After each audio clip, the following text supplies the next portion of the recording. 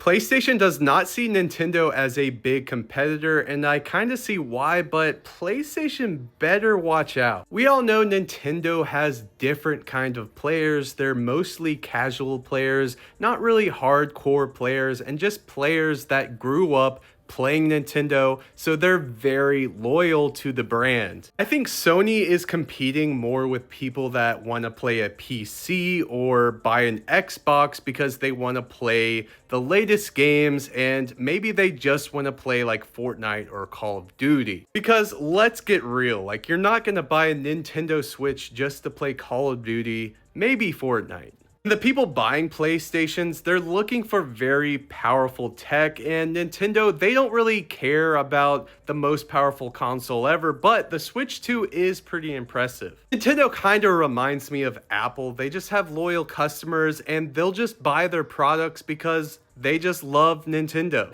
That's the same for Apple. People just keep buying Apple iPhones. They don't know any other way, so they just keep upgrading to the next iPhone when their iPhone gets old. It's the same with Nintendo. They have an old Nintendo Switch, they're just gonna upgrade. Nintendo actually appeals to families because a lot of kids love buying the Nintendo Switch. Not many 10-year-olds are gonna wanna buy a PS5 or an Xbox. The Nintendo Switch is going to be a lot more appealing to them. I don't think Sony should put on their blinders with Nintendo because they could lose some market share. I've owned my PS5 Pro for a long time, like 5 months, and I've played my Switch 2 10 times more. I've played all of my games on my PC since I've gotten my PS5 Pro, and that's their problem. A lot of people want to get the best graphics, and you have to get a PC for that. But with Nintendo customers, they don't care about the latest graphics, and they're just gonna keep buying their games regardless. So that's why Sony needs to keep an eye on Nintendo and not put on their blinders.